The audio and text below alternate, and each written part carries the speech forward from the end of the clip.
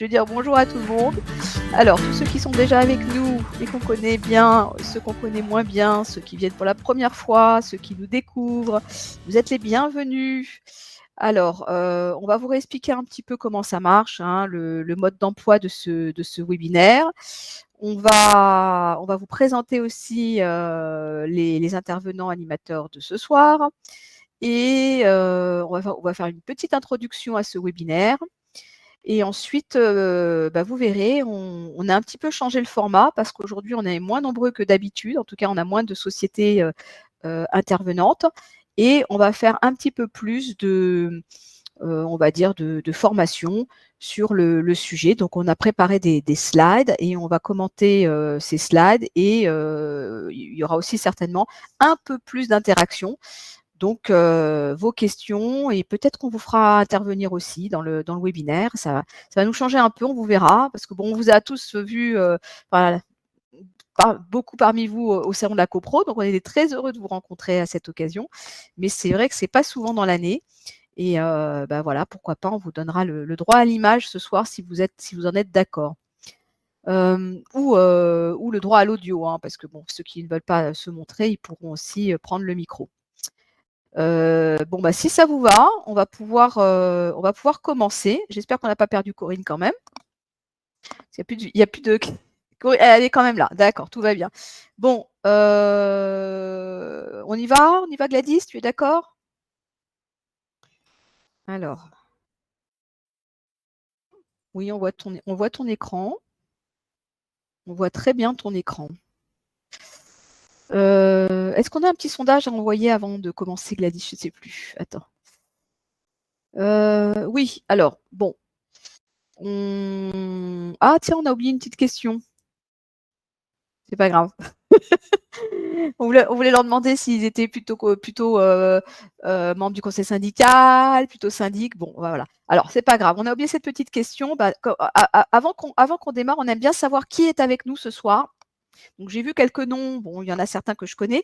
Mais dites-moi dans le... Alors, le chat, c'est Q et R. Hein, c'est questions et réponses. Il n'y a qu'un seul endroit où on converse ensemble. C'est Q et R. Donc, les questions, les échanges, tout ça, c'est là. Donc, dites-moi si vous êtes membre du conseil syndical, si vous êtes président du conseil syndical, si vous êtes syndic bénévole, si vous êtes syndic de copropriété, si vous êtes une entreprise, un professionnel. Voilà, dites-nous tout ça. Comme ça, on saura un petit peu plus sur vous, simplement dans les questions et réponses. Voilà, parce qu'on a oublié ce petit sondage qui est sympa, mais c'est pas grave. Voilà, dites-nous qui vous êtes. D'accord. Alors bon, si vous nous dites d'où vous venez, c'est bien, mais on n'en sait pas plus quand même. Hein, donc, dites-nous ce que vous faites. Très bien. Oui, parce qu'on a aussi des partenaires qui participent, hein, d'autres partenaires. On a l'entreprise SPC qui est avec nous ce soir. On a des présidents de conseils syndicaux, des copropriétaires, membres de conseil syndical. Voilà, continuez à nous dire qui vous êtes, c'est très utile pour nous et puis pour orienter aussi nos échanges. Maître d'œuvre à Rennes, intéressant. Voilà, dites-nous si certains on vous connaît, d'autres on ne vous connaît pas. Super. Bon, continuez à renseigner ça et on va attaquer notre petite présentation pendant ce temps-là. Alors, ce soir, on a un sujet rendez-vous copro. Donc, vous savez que c'est un rendez-vous mensuel. Et alors, ça dure entre 1 heure et 1 heure et demie. Ça dépend un petit peu de vos questions aussi.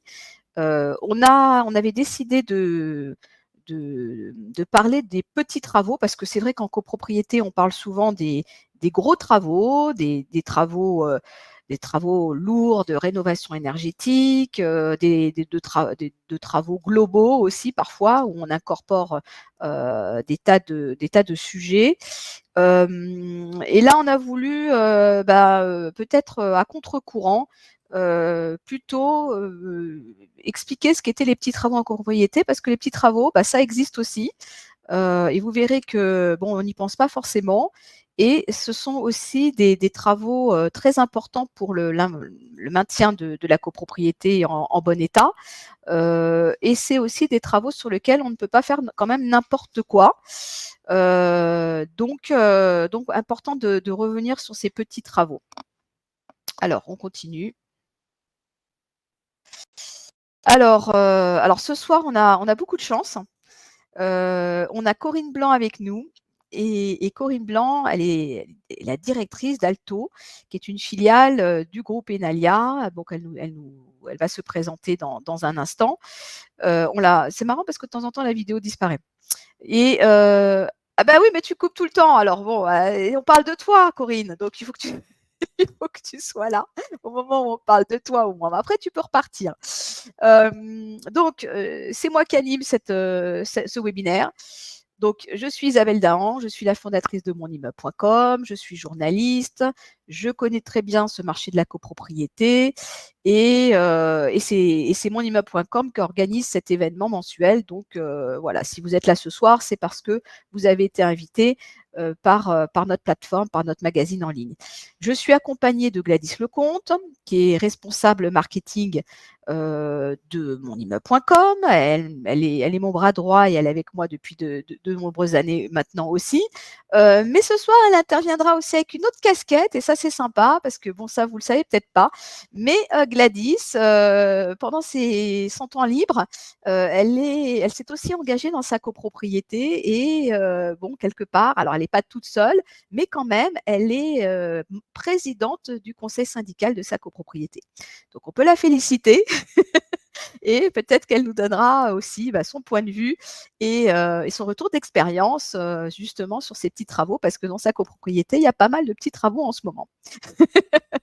Il y en a un peu dans toutes les copros, mais voilà, dans la sienne, en ce moment, il y a beaucoup de choses qui se passent. Alors, donc on va aborder forcément, bon, comme je l'ai dit, tous les petits travaux. On va distinguer justement ces petits travaux des grands travaux et on va essayer de vous donner le plus de conseils pratiques, bien sûr, pour bien réaliser ces petits travaux dans votre copropriété. On continue. Alors là, je vais laisser un peu la parole à Gladys. Oui, je vais reprendre la main. Alors du coup, pour vous représenter mon immeuble un petit peu pour ceux qui connaissent pas, donc on est un média indépendant dans le domaine de l'immobilier et spécifiquement sur le marché de la copropriété. On existe depuis plus de 20 ans. On a plus de 10 000 articles, même si on est en train un peu de trier tous nos anciens articles. Donc ce chiffre sera peut-être amené à évoluer, mais comme on en fait toutes les semaines, dans tous les cas, ça va réaugmenter prochainement. Plus de 3 500 membres. On organise 40 rencontres dans l'année à peu près, donc que ce soit des webinaires comme ce soir, d'autres formes de webinaires, pas que des rendez-vous copro, mais également des apéros copro en présentiel. Et puis on participe à tous les salons sur le sujet copropriété. On a plus de 48 partenaires et vous pouvez retrouver la plupart de nos vidéos en replay sur YouTube, ouvert à tous. En tout cas, pour ce qui est des rendez-vous copro, c'est ouvert à tous. Alors, pour les copropriétaires, donc j'en ai vu un petit peu dans les personnes présentes ce soir qui sont déjà abonnés au Club Ami+, mais pour ceux qui ne le sont pas encore, il y a un abonnement qui est possible, qui est possible pour les copropriétaires. Peu importe votre rôle dans la copro, c'est à 57 € pour une année, ou il y a la formule aussi, il y a une formule mensuelle également que vous pourrez retrouver sur le site. Dans cet abonnement, vous allez avoir la possibilité d'obtenir une permanence juridique, des consultations juridiques, des ressources exclusives aussi sur notre site et également tous les replays des ateliers juridiques et compta. Pour les professionnels, on a également une offre, le Club Ami Pro. Là, vous allez avoir toute l'offre déjà du Club Ami+, et à cela va se rajouter la présence dans l'annuaire des professionnels qui est disponible pour tous les inscrits sur notre plateforme. En fait, peu importe l'abonnement que vous avez, vous pouvez au moins consulter cet annuaire, et quand vous êtes en Club Ami Pro, vous apparaissez du coup dans cet annuaire. nos partenaires également apparaissent dans l'annuaire, évidemment. Alors pour le programme à venir, donc on aura un rendez-vous copro, le dernier de l'année, le 19 décembre, un petit peu avant Noël. Pourquoi faut-il renégocier les contrats de la copropriété? Donc on est en cours d'élaboration du programme, mais je peux déjà vous dire qu'il y aura une personne de chez Opéra Énergie qui sera là. Et ensuite en janvier, on va recommencer l'année avec, du coup un peu voilà, les gros travaux. Donc un sujet qui est lié, aux travaux également, mais du coup qui abordera plutôt vraiment les très gros travaux de la copropriété. Je vous mettrai également les liens pour pouvoir vous inscrire à tout ça. Ensuite, en matière d'atelier juridique, on va avoir un atelier juridique un peu, exceptionnel puisqu'il sera, un peu sur une thématique un peu originale le 13 décembre sur la généalogie successorale, avec un de nos partenaires aussi qui sera présent, voilà, pour parler de généalogie. Et en janvier, on se retrouvera sur un sujet un peu plus classique qui est le syndic de copropriété. L'atelier compta, donc j'ai pas forcément fait dans l'ordre puisque Avec un syndic de copropriété, hein, oui, également. je souligne. Voilà. Et on aura aussi un atelier compta donc le jeudi 7 décembre, pour tout ce qui est vérification des comptes de la copro et on reprendra les ateliers compta par contre en février, sur l'audit des comptes. Pareil, je vous mettrai tous les liens, donc juste pour vous rappeler pour ce soir, vous pouvez, poser vos questions dans QR, mais bon, la plupart l'ont déjà utilisé, pour, répondre et se présenter. On va lancer quelques petits sondages aussi au fur et à mesure, donc pareil, vous pouvez répondre aux sondages et puis vous pouvez nous envoyer des réactions. Il y a les petits emojis qui sont disponibles et on verra peut-être pour faire intervenir, certains d'entre vous, si vous voulez prendre, la parole. Alors Heu, pour intervenir, il faudra lever la main. Voilà. oui, voilà, ou Alors c'est alors nous ça, prévenir dans le chat, je sais plus vous s'il y a la prévenir main ou nous pré exactement, ah, donc il y a plus la main ici, d'accord. il y a les réactions, donc Il y a si les vous pouvez réactions, d'accord. lever la main dans les réactions, Voilà, mais mais bon, sinon on verra. Sinon dans le chat. voilà. Oui, dans le chat. Tout à fait. Voilà, pour nous contacter, c'est comme d'habitude toujours la même chose, l'adresse mail ou le numéro de téléphone. Et puis si jamais vous voulez venir nous voir, mais il faut nous prévenir en avance parce qu'on est parfois en télétravail. Alors juste avant qu'on commence, je voudrais quand même, redonner la parce que Corinne, bon, elle a pas beaucoup parlé là pour l'instant. Je crois pas. J'ai juste entendu un petit peu le son de ta voix tout à l'heure. Que tu puisses quand même te présenter comme il faut auprès de nos invités de ce soir, déjà dans un premier temps, et après on te fera intervenir au fur et à mesure de notre présentation pour que tu puisses aussi commenter et nous dire un petit peu comment ça se passe dans ton entreprise. Voilà. Eh bien, bonjour à tous. Donc, je suis Corinne Blanc, directrice d'Alto, qui a été créée il y a 4 ans au sein d'Enalia, qui est un groupe qui est spécialiste dans le financement de la rénovation énergétique. Alto, c'est une diversification justement de ce métier autour de la maîtrise d'œuvre et de la réalisation des travaux d'efficacité énergétique. Et justement, notre focus, il est sur les petits travaux, les gestes simples. Nous, on a appelé ça les gains rapides. C'est pas parce que c'est simple que ça rapporte pas beaucoup. C'est justement là-dessus qu'on a axé notre développement au niveau d'Alto.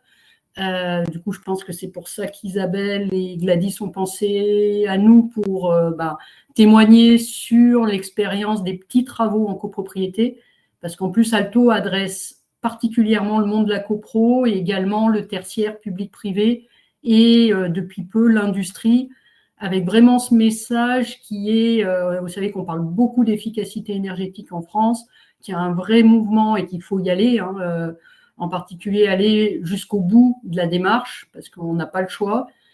Par contre, le discours d'Alto depuis 4 ans et monima.com nous a permis de le communiquer à plusieurs reprises, c'est dire on peut en même temps faire des travaux gains rapides et avec sérieux. C'est pas parce que c'est facile, que c'est simple, que c'est petit, que ça ne demande pas des vrais points de vigilance dont on parlera par la suite. Et en parallèle, mener des projets beaucoup plus longs et beaucoup plus lourds. Chacun a ses propres financements, les uns et les autres ne s'opposent pas. Et c'est une bonne occasion pour nous d'en parler. Effectivement, et on a pris cette habitude, la relation avec les syndics, les conseils syndicaux dans le cadre de ce type de travaux. Voilà, et juste pour parler rapidement de moi, je viens justement d'une expérience maîtrise d'œuvre sur des travaux plus lourds, sur du tout corps d'État, qui s'adressait aussi bien à la maison individuelle qu'à la copro ou au tertiaire. Et justement, de passer de l'un à des travaux plus simples, ça a été une expérience qui est très, très intéressante parce qu'on passe finalement de travaux très lourds sur un bâtiment à plein de travaux massifiés sur beaucoup de bâtiments. Et c'est pareil, il y a des bonnes pratiques, il y a des façons de le faire. Nos amis syndics ont des parcs complets qu'on aime bien traiter dans leur globalité parce que justement, c'est ça qui fait aussi des gains d'échelle, parce que qui dit souvent petits travaux dit coûts importants. Et il y a moyen de réduire ces coûts sans détériorer la qualité. Mais je déflore déjà un petit peu ce qu'on va raconter après. Voilà. En tout cas, je suis ravie de participer à ce webinaire. Merci Corinne. Bah oui, parce que de toute façon, tu vas intervenir assez régulièrement tout au long de ce webinaire, donc tu auras encore beaucoup de choses à nous expliquer, à nous raconter. Gladys, est-ce que tu veux commencer ou tu veux que je commence sur les slides? Si tu veux, je peux commencer, puis tu Oui, prendras si tu veux. après. Tu me D'accord. dis. Voilà. Alors, donc, dans un premier temps, bon, il était quand même important un petit peu de, justement, de distinguer les différents types de travaux qu'on pouvait avoir en copropriété.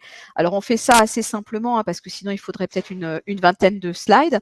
Mais on va déjà parler, on va distinguer déjà les travaux privatifs des travaux dans les parties communes, on va dire. Et il faut savoir que dans les travaux privatifs, on a un certain nombre déjà de travaux. Alors, c'est forcément pas des très gros travaux.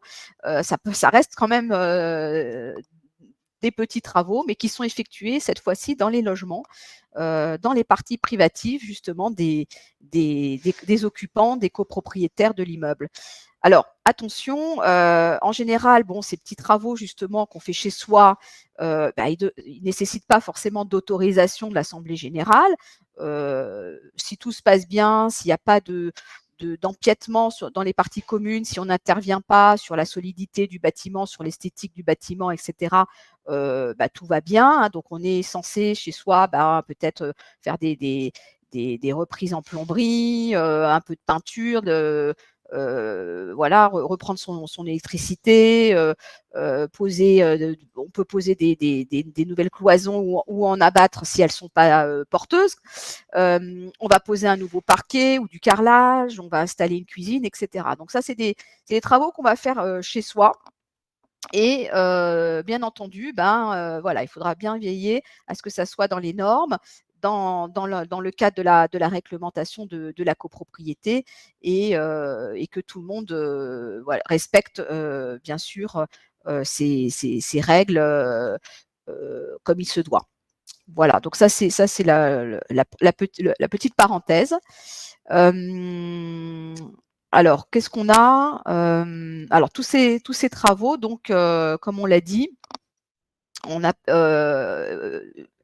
si il s'avère que on a besoin d'autorisation parce que justement ça empiète ou ça modifie quelque chose au niveau de la copropriété des parties communes. Donc là, effectivement, il faudra obtenir une autorisation. Il faudra avoir une majorité absolue de l'article 25 de la loi de 1965, c'est-à-dire la majorité des voix de tous les copropriétaires. Donc, un vote en assemblée générale pour effectuer ces travaux. Bien sûr, pour cela, le copropriétaire va écrire à son syndic, il va lui envoyer une lettre recommandée, et il va inscrire ce projet de travaux à l'ordre du jour. Donc, on a déjà un petit peu parlé des autorisations des travaux dans les parties privatives par les copropriétaires. On avait déjà fait des ateliers là-dessus. Donc, peut-être qu'on pourra vous renvoyer des liens sur des ateliers qu'on a déjà fait, ateliers juridiques, cette fois-ci. Donc voilà, vous verrez un petit peu ce qu'il est possible de faire ou pas, dans quel cadre. Bon, ce soir, on ne sait pas encore, peut-être que Frédéric Drouard va nous rejoindre et à ce moment-là, on lui redemandera des points de détail sur ces questions de droit. Mais si ce n'est pas le cas, on va vous renvoyer vers les ateliers qu'on a déjà enregistrés et qui sont en replay pour nos abonnés. Voilà, on peut peut-être continuer. Alors, donc là, après, ça sera toi, Gladys. Je finis là-dessus, puis bon.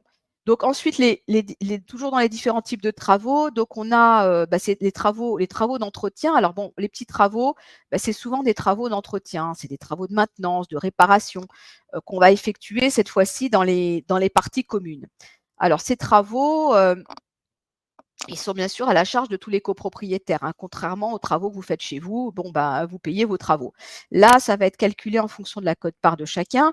Et bon, bien sûr, alors en général, on n'a pas forcément besoin de voter ces petits travaux. Enfin,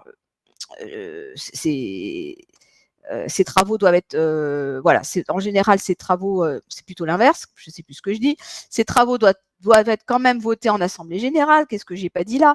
Mais des fois, bon, voilà, on peut être en cas d'urgence et dans ce cas-là, il y a un cadre qui s'applique quand on est dans l'urgence et bon, là, on peut passer outre et on fait autrement. Mais c'est vrai que normalement, même si c'est des petits travaux, il faut quand même, voilà, qu'on sache de quoi il s'agit, il faut budgéter, il faut quand même choisir une entreprise, etc. Donc, on va distinguer les petits travaux d'entretien des gros travaux, puisque ces dépenses, elles vont être liées surtout aux interventions courantes d'entretien, comme je l'ai dit, et elles sont prévues dans le budget prévisionnel annuel. Donc, contrairement aux travaux de grande ampleur qui vont plutôt être du coup liés à la conservation du bien. Voilà. On peut peut-être continuer. Alors, tu veux continuer, Oui, Gladys? si tu veux, je peux reprendre un petit peu la main. Donc, comme le disait Isabelle, les petits travaux d'entretien, ça va être un peu des travaux de maintenance de l'ascenseur, du changement d'une ampoule, des changements de pièces pour certains équipements. Donc ça, c'est laissé à l'initiative du syndic. Ça ne nécessite pas une convocation en assemblée générale. Et dans tous les cas, il y a le conseil syndical qui va être consulté sur ces petits travaux courant, on va dire. Voilà, et aussi sur le budget, le choix du prestataire. Voilà, on va quand même envoyer un devis au conseil syndical. Ensuite, il y aura les travaux également d'amélioration qui vont plus être de l'ordre du confort, de la sécurité des copropriétaires. Ils peuvent aussi, du coup, ça peut être des petits travaux également.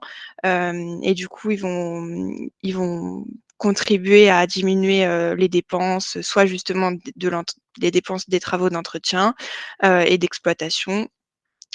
Donc ça, pareil, c'est des travaux du coup, non, pas c'est différent. Ça va être des travaux qui vont être votés à la majorité absolue de l'article 25 de la loi de 65.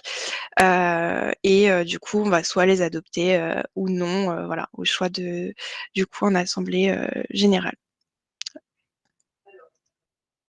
Moi, je voulais juste demander à Corinne, donc les petits travaux que propose Alto, donc c'est des petits travaux qui sont considérés comme des travaux d'entretien, des travaux d'amélioration.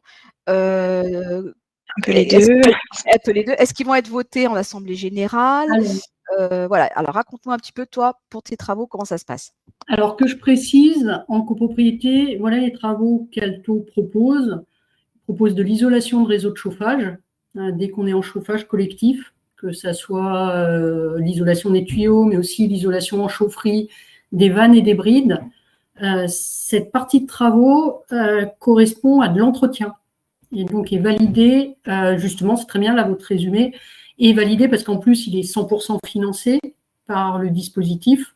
Donc en plus il n'y a pas de dépenses à budgéter, à engager, et souvent c'est quelque chose qui est de l'ordre quand même de l'entretien, parce qu'un réseau mal isolé contribue à un mauvais fonctionnement ce qu'il faut savoir, de la chaufferie. Donc c'est vraiment de l'entretien du réseau de chauffage et de la chaufferie collective. Donc c'est validation par le conseil syndical. On propose également de l'isolation de compte perdu et de plancher bas, où là, c'est des travaux un petit peu plus lourds, mais c'est quand même des travaux légers, où il y a du reste à charge. Et ces travaux-là sont vraiment des travaux d'amélioration, il n'y a pas d'urgence, mais donc ce sont des travaux qui sont votés en assemblée générale. Donc on est sur les deux rubriques, on n'intervient que sur le collectif, on n'intervient pas dans les appartements.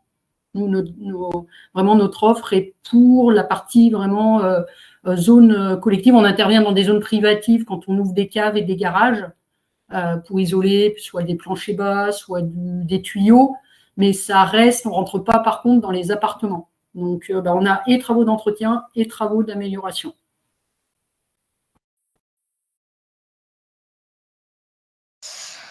Très bien. Donc, bon, on reviendra encore un petit peu là-dessus, hein, bien sûr, hein, c'est que le début. Donc on peut peut-être continuer, Gladys. Alors, j'espère que vous voyez, parce que c'est vrai qu'on a un petit fond avec du blanc et du jaune, mais bon, c'est pas grave, de toute façon, on réexplique tout. Alors là, c'est un peu différent, donc une fois qu'on a un peu identifié les types de travaux, l'idée c'est aussi de choisir, de savoir comment choisir l'entreprise qui va réaliser ces travaux. Donc on n'a pas vocation à conseiller des entreprises. Bon, vous savez que dans le cadre de mon immeuble, on a des partenaires et on a un certain nombre d'entreprises qui sont présentes, et donc forcément les entreprises qui sont sur notre plateforme ont toutes les qualifications requises et les garanties requises. Mais bon, voilà, on voulait quand même revenir là-dessus parce qu'il y a des petits points, et puis c'est aussi du conseil. Donc, on sait que le conseil syndical est très investi dans cette tâche, souvent, d'aller chercher des entreprises, de les mettre en concurrence, de demander des devis pour peut-être soutenir le syndic dans sa mission. Donc voilà, donc on vous donne ces petits conseils que vous connaissez peut-être, mais néanmoins c'est toujours bon à rappeler. Donc tu veux rappeler des petits conseils, Gladys?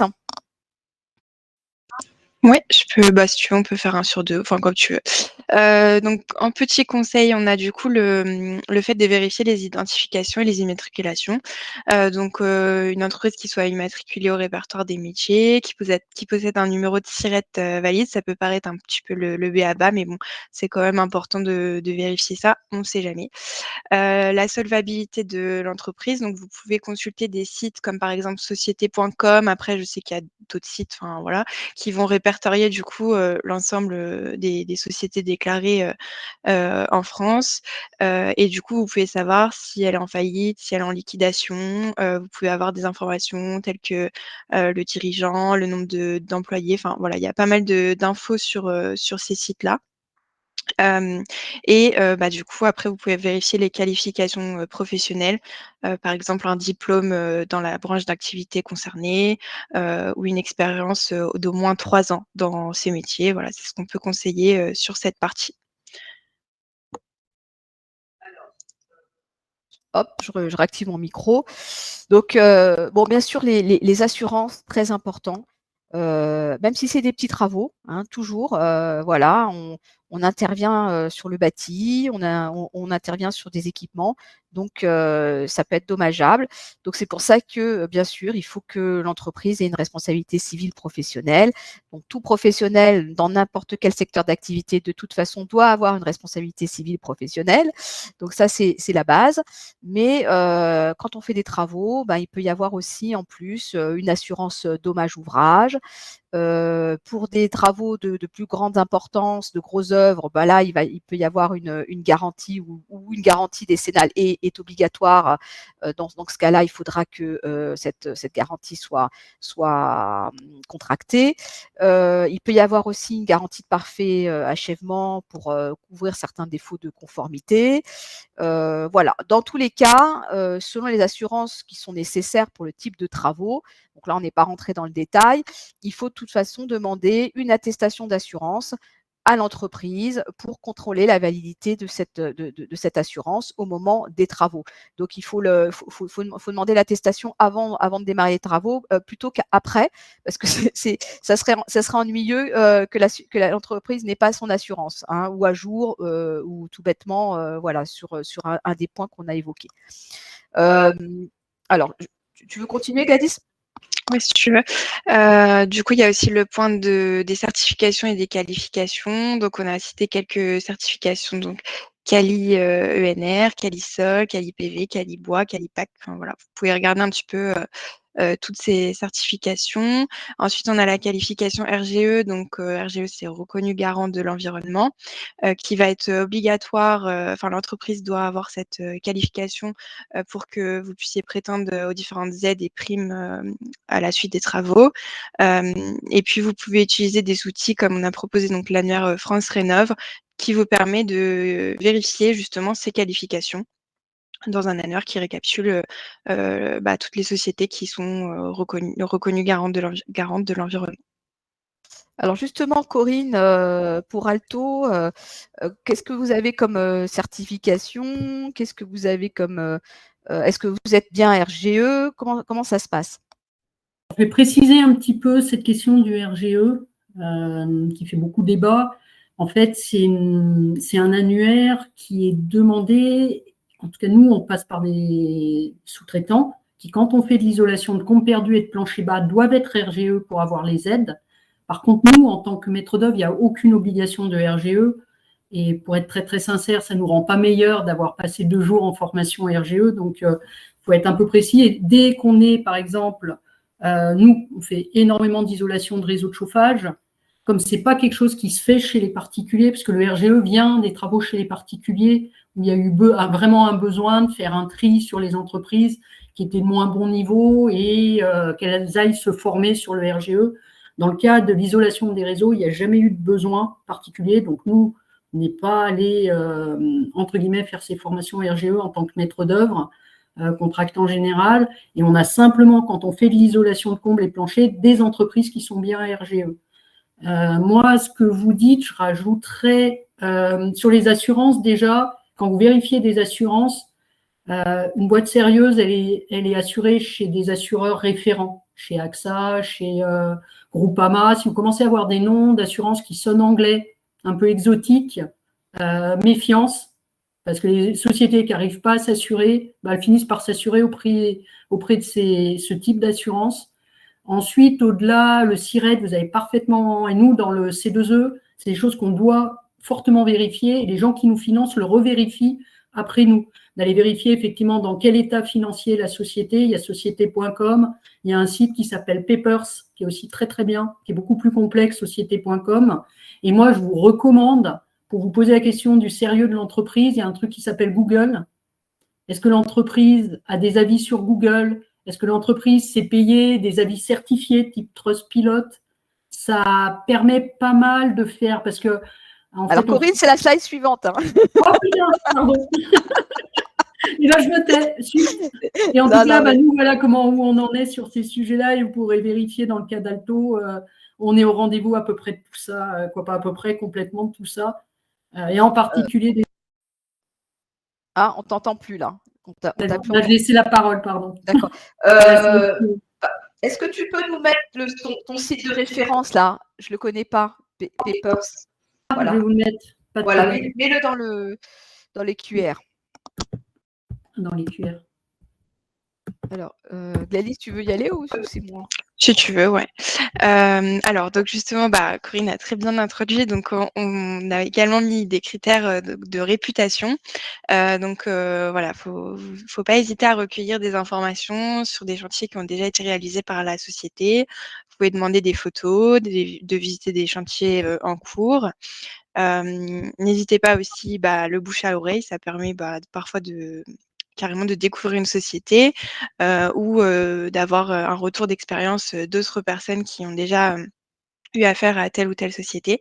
Et les avis en ligne, comme on le disait, donc il faut également quand même faire attention aux avis parce qu'il peut y avoir des avis de personnes que la société va connaître ou quoi. Enfin, il faut toujours quand même avoir une lecture globale de tous les avis. Enfin, tous les avis, vous n'êtes pas obligé de lire tous les avis, mais voilà, bien regarder quand même plusieurs avis, voir si c'est également des avis certifiés comme le disait Corinne.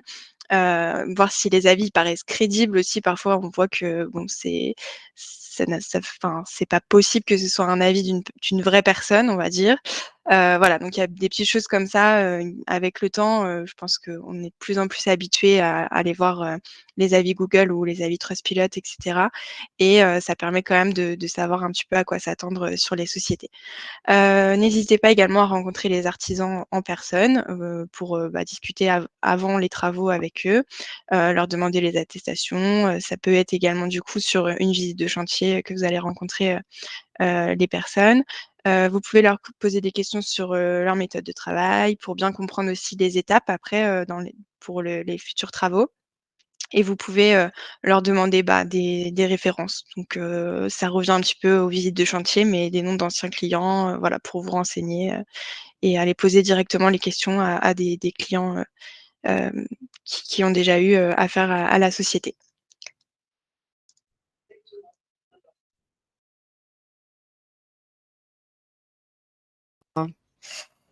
Alors, donc c'est vrai que bon, il y a souvent, voilà, cette question des devis qui revient. Donc j'ai une autre slide spécifique sur les devis. Donc là, c'est juste une petite introduction sur les devis. Donc c'est vrai que souvent, on est tenté de contacter plusieurs artisans et de faire un appel d'offres, de demander plusieurs devis, donc à plusieurs artisans pour comparer leurs offres. Donc on verra que il faut bien sûr étudier attentivement chaque devis parce que il y a des détails qui doivent être renseignés dans ces devis qui sont incontournables. Mais bon voilà, donc il faut bien vérifier que vous avez bien le détail des fournitures, les frais de main-d'œuvre, les délais d'exécution. Parce qu'on verra aussi que il peut y avoir des indemnités si la réalisation se dépasse les délais impartis dans le devis. Et voilà, donc il faut bien contrôler toutes ces mentions et notamment la qualité des matériaux aussi qui sont proposés, qui sont fournis, parce que c'est pas toujours très très évident. Donc on va voir la suite. Donc voilà, donc au niveau de la mise en petit rappel au niveau de la mise en concurrence des entreprises. Donc normalement, l'assemblée générale doit arrêter un montant des marchés de travaux et c'est un montant à partir duquel on va mettre les entreprises en concurrence et donc ça sera obligatoire de mettre les entreprises en concurrence. Cette mise en concurrence, elle peut être néanmoins déléguée au conseil syndical. Donc, c'est l'assemblée générale qui décidera de déléguer cette mise en concurrence au conseil syndical. Donc, au-dessous du seuil qui aura été déterminé et défini, on n'a pas forcément obligation de présenter plusieurs devis. Donc ça, il faut le savoir. Donc c'est pas pour autant que c'est pas intéressant de le faire et de consulter plusieurs entreprises.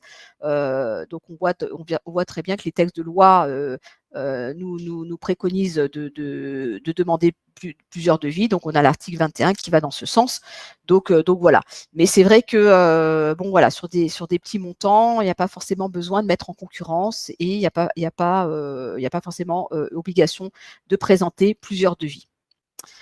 Donc si vous souhaitez réagir, vous pouvez. Si vous voulez poser des questions, vous pouvez. Corinne, si tu veux intervenir à tout moment, tu peux. Donc tu peux nous le dire. Voilà. Donc pour les devis, on a un arrêté du 24 janvier 2017 qui dit que les professionnels artisans, donc en l'occurrence toutes les entreprises qu'on a vues qui interviennent pour ces petits travaux, doivent fournir un devis à leurs clients pour et également, parce que ça a été rajouté, également pour des prestations de dépannage, réparation et d'entretien. Donc on a assisté récemment à un certain nombre d'abus, d'arnaques, de dépannage minute, etc., qui ont été réalisés en dépit du bon sens par des entreprises qui n'ont pas forcément donné de devis parce qu'elles sont intervenues en urgence et dans la panique. Donc c'est pour ça que petit à petit quand même, on protège le consommateur, on protège l'usager et on considère que dans ces activités aussi, il faut un petit peu recadrer. Donc on a élargi aussi donc la liste des prestations qui étaient concernées. Donc là maintenant, on a bien sûr tout ce qui est électricité, peinture, maçonnerie, menuiserie, revêtement des murs, des sols, serrurerie, etc. A été ajoutée l'évacuation des eaux pluviales, le nettoyage et le curage des canalisations, la dératisation des insectisations, les dispositifs d'alarme et de télésurveillance et encore d'autres. Donc vous pourrez aller voir cet arrêté. Qu'est-ce qu'on a? On continue. Alors ça, peut-être Gladys, tu peux intervenir. Oui, je crois qu'il y a juste Corinne qui veut aussi préciser des petites choses. Je te laisse la parole, Corinne. Juste une rapide intervention. Au-delà des devis, il est important qu'il y ait une vraie visite technique qui soit faite, même pour des travaux simples, ce qui fait qu'il faut pouvoir accéder au bâtiment et à tout le bâtiment en particulier par exemple quand on doit aller en chaufferie. Il y a beaucoup d'entreprises qui font de devis sans visite technique et ça doit être un facteur d'alerte absolu. Parce que si on n'a pas visité le bâtiment, les quantités qu'on annonce sont fausses, mais encore pire que ça, on promet à quelqu'un qu'il obtiendra des aides. Or, ces aides, elles dépendent de certaines choses qu'il faut voir absolument sur site, comme par exemple de quand date la chaudière. Donc ça, je parle de mon cas, mais c'est général, quels que soient les travaux. Aller faire des devis, même de choses simples, si on n'a pas été sur place, voir l'état des lieux, faire la visite, le devis, c'est juste une fausse promesse sur laquelle on peut s'attendre après, quand les travaux seront réalisés, à avoir des écarts. Ce qui n'est pas normal, parce que normalement, un prix doit être global et forfaitaire. Voilà, c'était juste ma petite intervention sur le sujet. Oui, si tu veux. Donc justement, on parlait de devis, donc on se posait aussi la question, une entreprise peut-elle facturer un devis? Donc la réponse, c'est que rien n'interdit à un artisan de proposer des devis payants. Il doit juste, prévenir, évidemment le client en amont. Les entreprises, ne font pas payer les devis que dans certains cas, ne font payer les devis que dans certains cas, voilà. Enfin, on va dire quand c'est, un devis qui nécessite une étude vraiment approfondie et personnalisée, l'élaboration de plans ou de schémas, plusieurs déplacements pour finaliser un devis. On va limite dire qu'il y a un énorme travail, en fait, avant de proposer un devis. C'est là où potentiellement ils vont pouvoir, les faire, payants. Donc le coût des déplacements peut être ajouté au montant définitif facturé et après vous pouvez en retour, on va dire, négocier la déduction du montant du devis, une fois que vous êtes sur la facture de solde et donc que les travaux ont été réalisés, et cetera. Alors, donc ça, c'est intéressant aussi parce que bon, sur les devis, on avait des a priori en fait, ou des idées préconçues sur le montant minimal de la réalisation des travaux pour délivrer un devis ou pas. Donc là, on nous a dit que il y a plus de seuil minimal en fait. Donc avant, c'était bon, voilà, on était sur un seuil de 150 € et en dessous de ça, pas besoin de devis. Et là, on nous dit que le devis doit être rédigé même pour un montant inférieur à 150 € hors taxe. Euro TTC.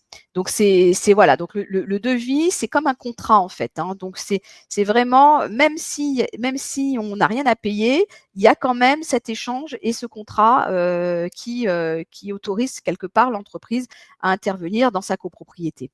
Alors, s'il n'y a pas de devis, c'est très grave. S'il n'y a pas de devis, donc il y a beaucoup de sanctions, hein. Il y a des sanctions de tout ordre, il y a des sanctions pénales, civiles, administratives. Et donc, le pénal, c'est très grave. Donc là, on voit que il peut y avoir une amende de jusqu'à 150 000 €, des peines d'emprisonnement de 2 ans, avec forcément une interdiction d'exercer. Il peut y avoir donc des contrats qui sont annulés suite à des clauses litigieuses dans les devis. Il peut y avoir des sanctions administratives et bien sûr, il y a une échelle en fonction du fait que ça soit une personne physique ou une personne morale. Donc pour tous ces préjudices subis, hein, bien sûr, il faut qu'il y ait des préjudices. Il faut pouvoir les prouver. Donc, on peut à ce moment-là aller au tribunal et donc en fonction du montant du préjudice, ou du montant du devis plutôt, on ira plutôt au tribunal d'instance ou au tribunal de grande instance en fonction des montants. Donc ça, c'est important quand même à souligner aussi, c'est que le devis est devenu obligatoire maintenant, quel que soit le type d'engagement qu'on prend auprès d'une entreprise. On va continuer.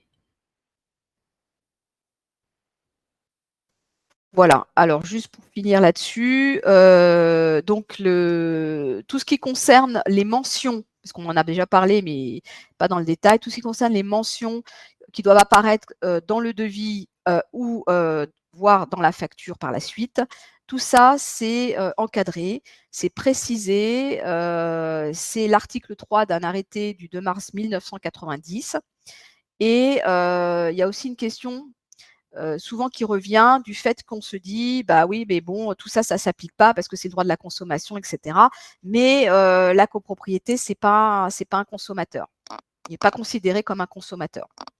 Alors là, très important, la Cour d'appel de Paris a redéfini le contexte dans le cadre d'une copropriété. Donc, il y a un arrêt du 13 novembre 1997 qui dit que le syndicat de copropriété, qui a pour objet la conservation de l'immeuble bâti et l'administration des parties communes, et n'a pas d'activité professionnelle à proprement parler, est bien un consommateur. Donc ça, c'est très important parce que ça prouve que ça s'applique. Justement, toute cette réglementation s'applique également aux copropriétés. Voilà, donc on continue. Alors, tu veux dire un petit mot? Oui, si tu veux. Donc, ensuite, on voulait vous parler un petit peu du carnet d'entretien de la copropriété. Donc, carnet d'entretien de la copro qu'il ne faut pas confondre avec le carnet d'information du logement. Voilà, justement, c'est la loi climat et résilience du 22 août 2021 qui a introduit l'obligation du carnet d'information du logement. Et c'est un document dédié à un logement individuel qui va concerner les logements neufs ou les logements existants, mais du coup à l'occasion de travaux de rénovation qui vont avoir un impact sur la note du DPE, donc du diagnostic individuel. Voilà, et lors de la mutation de propriété d'un logement, ce carnet il va devoir être transmis en fait à l'acquéreur du logement. Voilà, donc c'est une petite parenthèse, mais bon, il y a eu des ajouts aussi au fil du temps et ça nous perturbe beaucoup. Donc il faut quand même se rappeler un petit peu le rôle de ce carnet d'entretien de la copropriété. Donc c'est la loi de 1965, hein, c'est le code de la copropriété, article 18, qui donc demande au syndic, hein, donc c'est une obligation, ça rentre dans le cadre de la mission du syndic, d'établir et de tenir à jour ce carnet d'entretien de l'immeuble pour tout le syndicat des copropriétaires. Donc maintenant, à savoir qu'est-ce qu'il y a dans ce carnet, quel est le contenu de ce carnet, ben, c'est pareil, on a aussi un décret du 30 mai 2001 qui précise, donc il y a 5 articles, qui précisent absolument tout le contenu de ce carnet. Alors, on précise le contenu, mais pas la mise en forme, mais pas la mise en page. Donc ça, c'est libre à chaque syndic de proposer sa propre mise en page. Donc il peut être sous format papier, il peut être sous format numérique, ça peut être les deux. Donc ça, c'est quelque chose qui est libre. Et bon, bah, donc, du coup, chaque copropriété a un carnet d'entretien différent. Donc, j'ai pensé que c'était important parce que dans ce carnet d'entretien, on a aussi beaucoup de choses qui concernent les travaux. Alors, pas seulement les petits travaux, pas seulement les gros travaux. Bon, évidemment, on va parler des travaux importants. Donc, l'année de réalisation de ces travaux, bien sûr, on aura l'identité des entreprises. Bon, je vous passe tout le passage sur le nom du syndic, les coordonnées de la copropriété, etc. Mais là, on est uniquement sur cette partie travaux. On a bien sûr la référence des contrats d'assurance, donc les garanties qui sont en cours, très important. On a la référence de tous les contrats d'entretien et de maintenance des équipements communs avec leur date d'échéance. Et là, c'est bon, ça a intégré maintenant le programme aussi pluriannuel de travaux. Donc, le programme qui aura été décidé en AG sera présent dans ce carnet d'entretien avec son échéancier. Donc, ça, c'est très important. Ce carnet d'entretien, normalement, vous devez l'avoir à disposition dans votre extranet de copropriété. Donc voilà, donc normalement il est accessible à tous les copropriétaires. Donc c'est vraiment un document qui est la mémoire de l'entreprise pour tout ce qui est les travaux entrepris au fil du temps. Et donc c'est pour ça que c'est absolument incontournable et il faut bien sûr qu'il soit mis à jour, sinon ça n'aurait aucun intérêt pour les copropriétés. Alors, on en est où? Ça y est, c'est à la fin. Donc, on est arrivé à la fin de cette présentation, donc on peut peut-être enlever la présentation. Qu'est-ce que tu en penses? Oui, Voilà, je vais ça sera enlever. plus facile. Voilà, on est arrivé à la fin de cette présentation. Alors, il nous reste encore un petit peu de temps. Est-ce que vous avez des questions peut-être sur tout ce qu'on a évoqué ensemble? Parce que j'ai pas vu beaucoup de questions. J'ai pas l'impression qu'il y ait beaucoup de questions, donc je ne sais pas si vous avez des questions.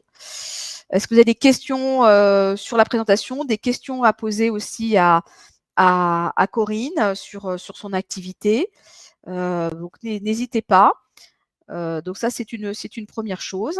Et Après, ensuite, j'ai vu également qu'on avait un autre partenaire qui était dans les participants. Donc, si jamais Fabrizio veut aussi intervenir, je peux le faire passer en co-organisateur. Et du coup, s'il veut. si- Est-ce que Fabrizio s'il a veut un dire un petit petit mot à mot? dire. Voilà. Je ne sais pas s'il est là. Bon, on va voir s'il y a la réponse dans le chat. Je crois que Corinne, c'est en train de se reconnecter.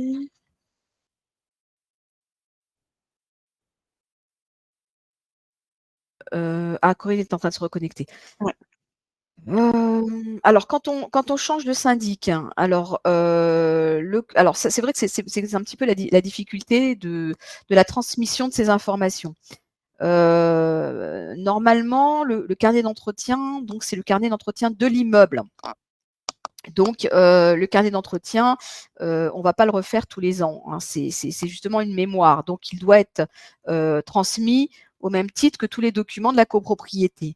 Le fait qu'il soit dans l'extranet ne veut pas dire qu'il appartient au syndic ou à l'extranet du syndic. Donc simplement, quand vous allez changer de syndic, eh ben, normalement, vous allez devoir retrouver ce document qui va être à nouveau mis en ligne dans votre extranet. Donc il n'y a pas de perte normalement d'antériorité puisque c'est tout le but en fait de ce carnet d'entretien.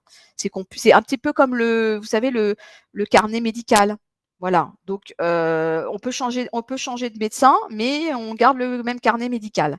Donc c'est la même idée, hein. C'est que sinon on n'a pas du tout de vision de ce qui s'est passé. On va pas recommencer les travaux dès qu'on change de syndic. Donc c'est important aussi de savoir où on en est et ce qui a déjà été effectué ou pas. Alors cette mémoire-là, elle peut exister si effectivement on a un architecte de l'immeuble, si on a un architecte qui a suivi ses travaux et qui est dans l'immeuble depuis très longtemps. Donc il a cette mémoire-là, il a les dossiers, il a tout. Mais si vous n'avez pas d'architecte, ben, il faut quand même que ça apparaisse noir sur blanc dans un document. Voilà. On n'a pas de nouvelles de Fabrizio, donc je sais pas. Alors, pour l'instant, il a dit qu'il était à l'écoute. Bon, bah, si jamais S'il veut vous voulez prendre intervenir la parole, intervenir, c'est OK, possible. ça va. Alors que nous dit Jacques? Jacques, il nous dit: «Les petits travaux, le problème est souvent de trouver des artisans». Alors, c'est pas forcément un problème, hein, je dirais, parce que bon, des artisans, des entreprises, il y en a beaucoup. C'est surtout de trouver la bonne entreprise. Donc je pense que c'est voilà, c'est d'où l'intérêt de suivre les conseils et de pas s'y prendre à la dernière minute non plus. Donc ne jamais être dans l'urgence, établir une liste de professionnels de la copropriété, c'est-à-dire que soit vous avez dans l'extranet déjà une liste établie des professionnels qui interviennent régulièrement dans votre immeuble, qui sont déjà connus, qui sont déjà référencés soit par le syndic, soit par la copropriété, auprès desquels vous pouvez faire appel. Donc ça, vous pouvez très bien, même si vous avez un problème personnel de plomberie, faire appel au plombier de l'immeuble, hein, ça peut être intéressant. Et par ailleurs, surtout ne pas s'y prendre à la dernière minute. Donc, je vous conseille de créer vous-même votre petit carnet d'adresses. C'est ce que j'ai fait moi, par exemple, pour les dépannages de portes, de serrures ou autres. Parce que si on attend d'être coincé sur le palier, d'avoir eu une infraction, etc., et on n'a plus on n'a plus rien à 23 heures, là évidemment il faut avoir une entreprise qui peut intervenir 24/24, qui peut se déplacer en dehors des horaires d'ouverture, etc., qui peut faire du dépannage. Donc ça, c'est des recherches que vous devez faire en amont, hein, bien entendu.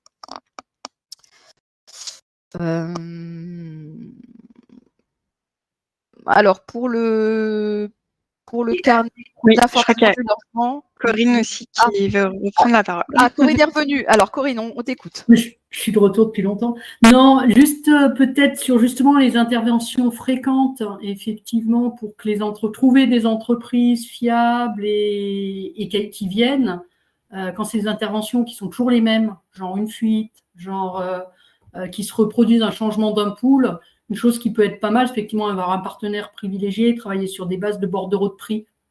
Parce que une ampoule, c'est une ampoule, une fois qu'on connaît où elles sont, et ça évite à chaque fois une visite, un devis.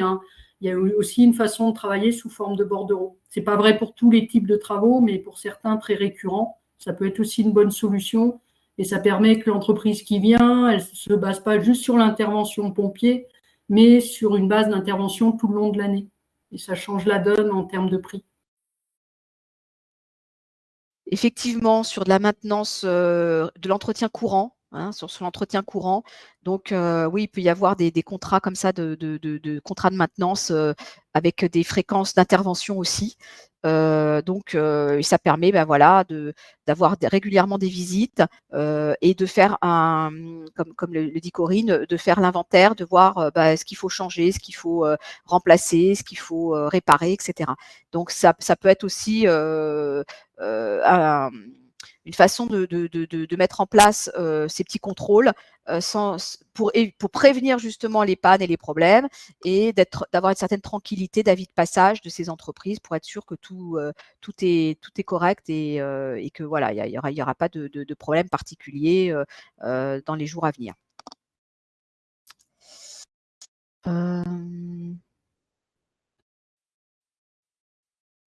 Alors ça, je sais pas parce qu'il y a des questions un petit peu juridiques. Donc c'est pour ça que j'avais demandé à Frédéric de venir parce que là sur les avenants, alors peut-être que Corinne peut nous aider là-dessus parce qu'elle a peut-être plus d'expérience. Les questions sur est-ce qu'il faut demander des avenants sur les contrats pour faire changer le nom du syndic quand on change de syndic. Alors ça je sais pas. Joker.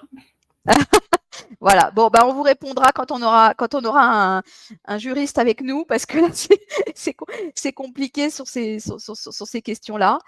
Est-ce qu'il y a d'autres questions?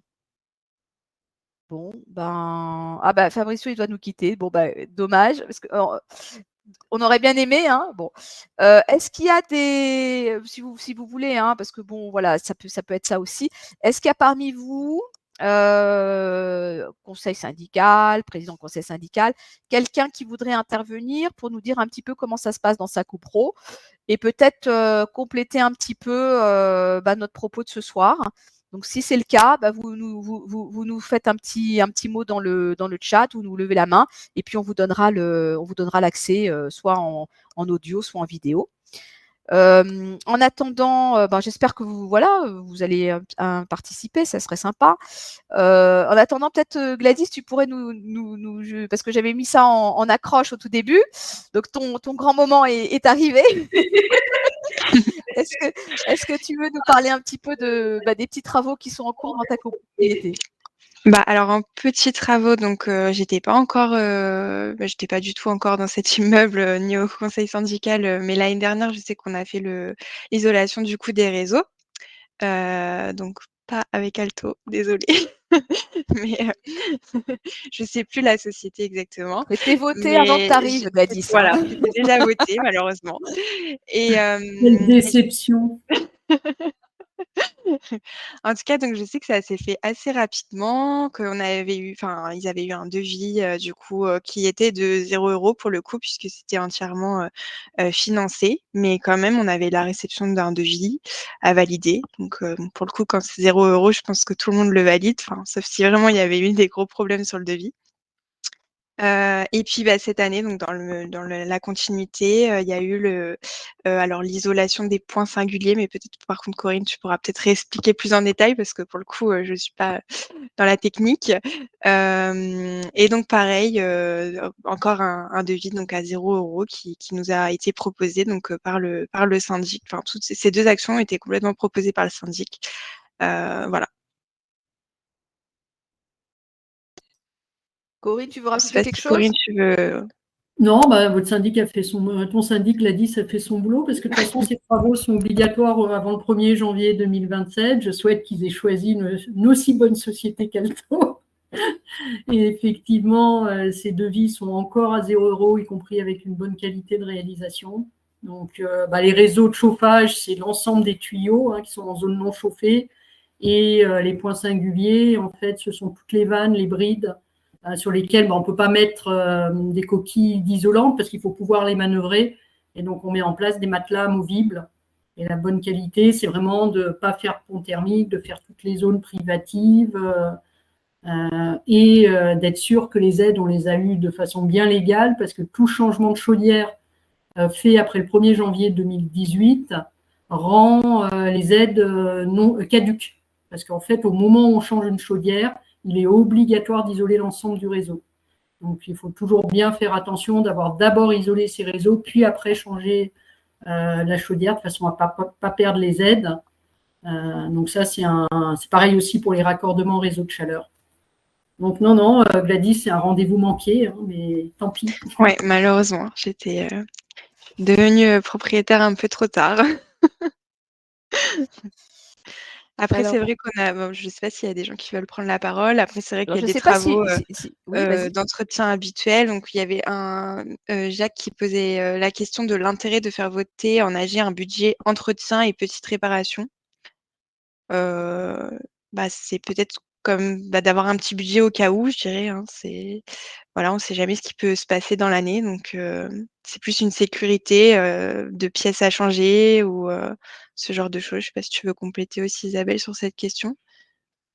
Non, c'est ce qu'on a dit, hein, de toute façon, oui, bien sûr, parce que l'intervention, elle doit se faire régulièrement et à tout moment. Donc, si ça n'a pas été voté, ça va compliquer les choses. Sauf si, voilà, vous avez un budget qui a été voté, notamment pour que le conseil syndical puisse prendre ce genre de décision, de faire intervenir une entreprise en cas de besoin.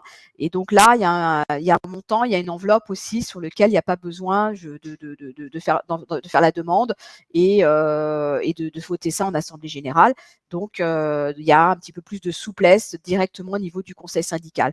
Je sais que toutes les copropriétés ne votent pas forcément ce budget parce que bon, ça peut être aussi dévié et ça peut servir à autre chose. Mais voilà, donc ça peut être défini comme un budget pour justement des petites réparations et l'entretien au fil du temps. Est-ce que quelqu'un veut intervenir ? Non, ils sont pas très courageux, hein. Ils veulent bien écouter. Alors oui, voilà, ça peut être prévu dans le budget prévisionnel. Ça peut, mais c'est pas forcément, hein, c'est pas forcément le cas. Hein. Donc voilà, donc effectivement, oui, en toute logique, mais c'est pas forcément le cas. Donc c'est pour ça, ça peut être prévu à différents niveaux. Donc soit si ça n'a pas été prévu, il faut voir si ça peut être repris par l'enveloppe du conseil syndical. Sinon, ça peut vraiment être très ennuyeux. Qu'est-ce que vous avez non, mais je pense que c'est tout. Je pense qu'il y a personne ne veut participer. Bon, tu sais quoi, on va faire un petit sondage de fin de webinaire. Allez. J'avais peut-être juste un petit sondage avant la toute fin. C'est du coup, est-ce que vous avez déjà entrepris des petits travaux dans votre copropriété, du type travaux que propose Alto, par exemple? Donc ça, je peux le lancer. Pour ceux qui sont encore avec nous, vous pouvez toujours répondre à notre petit sondage. Est-ce que, des petits travaux dans votre copro, en général, hein, il y en a toujours des petits travaux dans les copros. Hein, voilà. Donc, quand j'ai mis la question, c'est plutôt dans le sens les petits travaux proposés, comme a pu l'expliquer Corinne, quoi, pour un petit peu. Voilà, les petits travaux d'isolation, de calorifugage, d'isolation des réseaux, ça c'est sûr. Bon, voilà. Mais c'est devenu pratiquement. Enfin, je veux dire, c'est des travaux qu'on réalise pratiquement dans toutes les copropriétés maintenant. Hein. C'est vraiment, c'est des travaux faciles à mettre en œuvre et qui permettent de réaliser de belles économies. Donc, je pense que ce serait dommage de s'en priver. Donc oui, effectivement, on va publier le résultat. Hop, voilà. Bon, on a 73% de oui, 20% de non, et on a 6% qui sont encore en réflexion. Alors ceux qui sont en réflexion, vous savez ce que vous devez faire. Vous contactez directement Corinne et elle va vous convaincre tout de suite. C'est pas mal, Corinne. Bon, voilà. Hein. Bon, sait jamais, hein. Bon, voilà, c'est des prospects, des clients qui hésitent encore, voilà, c'est tout à fait possible. Alors, et puis on va faire un petit sondage de clôture. Alors, petit sondage de clôture, retour à la liste. Ah ben voilà, le petit sondage. Êtes-vous satisfait de ce webinaire? Alors, est-ce qu'ils sont contents? Pour l'instant, ça va. Ça va pour l'instant, c'est bon. On n'a que des 4 et 5 étoiles, c'est parfait. Attention, hein, plus de 5 étoiles, s'il vous plaît. Bon, ils sont contents. Ils sont sympas, hein, quand même, nos copros et tout. Mais ceci dit, ce soir, il y avait aussi quelques professionnels. Hein. Donc voilà. Bon, vous êtes. Ah ouais, super. Ils nous font des petits bravos. Ils nous font des petits au revoir. Bon. Super. Bon, merci à tous. On va clôturer le webinaire. Donc, c'était un webinaire un peu différent aujourd'hui, hein, vous l'avez compris. Donc, on n'était pas dans le principe de la table ronde. On était plutôt dans l'explication, dans le conseil, dans le pratique. On a essayé d'aborder ce sujet le mieux qu'on pouvait. Et Corinne est venue en renfort pour nous donner aussi son point de vue et puis nous parler de son activité qui concernait totalement le sujet du soir. Et voilà. Et puis Gladys aussi avec son retour d'expérience. Donc j'espère que ça vous a plu. Bon, le prochain, elle sera peut-être un peu, on reviendra un peu plus dans le classique parce que bon, on va être sur la négociation des contrats et donc là forcément bon, il y aura peut-être matière à avoir d'autres intervenants. Ah sympa ces petits sapins de Noël qui se baladent là. Non, il y a de la diversité dans les émoticônes, hein, dis donc. Et puis en plus, ils sont tout à fait au goût du. Ils tiennent compte de l'actualité là, donc ils nous envoient des cadeaux. Bon, c'est vrai que bon, on n'y est pas encore. Hein, là, vous êtes un peu en avance. Hein, on n'est que fin novembre, hein, donc il y aura encore l'occasion de lancer les boules de Noël et les Pères Noël. Donc là, pour l'instant, ouais, on est un peu en avant. Bon, allez, ceci dit, on va clôturer. Si vous en êtes d'accord, on vous remercie tous d'être restés avec nous, d'avoir participé. On vous dit au revoir. Ce rendez-vous copro sera mis en ligne. Oui, très prochainement, dans la semaine. Dans la semaine. Il sera sur YouTube, il sera sur notre site, il sera dans vos espaces réseaux sociaux. Voilà. Et si vous avez besoin de contacter la société Alto. Peut-être Corinne, si tu as un petit mot de la fin, parce que c'est vrai qu'on ne l'a pas fait là, mais rapide. Je l'avais mis dans les questions et réponses. Merci et au revoir. Et à dispo. Voilà, donc elle avait ses coordonnées. Donc voilà, vous avez tout ce qu'il faut. Et donc, si vous avez perdu les coordonnées ou quoi, vous revenez vers nous et on vous donnera bien sûr les coordonnées de Corinne avec grand plaisir. Bon, je vous souhaite à tous une très belle soirée. Je vous dis à bientôt et puis on se revoit pour un prochain atelier, événement et bien sûr au quotidien dans les pages de monimmeuble.com. C'est vrai que à bientôt. Tu veux dire quelque chose? Oui, je voulais juste dire qu'en décembre, il y a 3 rendez-vous. Donc, il y a atelier compta, atelier juridique et rendez-vous copro. Donc, voilà. Donc, inscrivez-vous. Beaucoup de choses. Et puis, voilà, vous pouvez vous inscrire dès maintenant et comme ça, vous réservez votre place. En général, il y a de la place pour tout le monde, hein, mais bon, c'est quand même bien de bloquer ça plutôt dans votre agenda parce que sinon, vous allez être très occupé, surtout sur cette fin d'année. Bon, voilà, c'est fini. On vous dit au revoir. Bonne soirée, au revoir.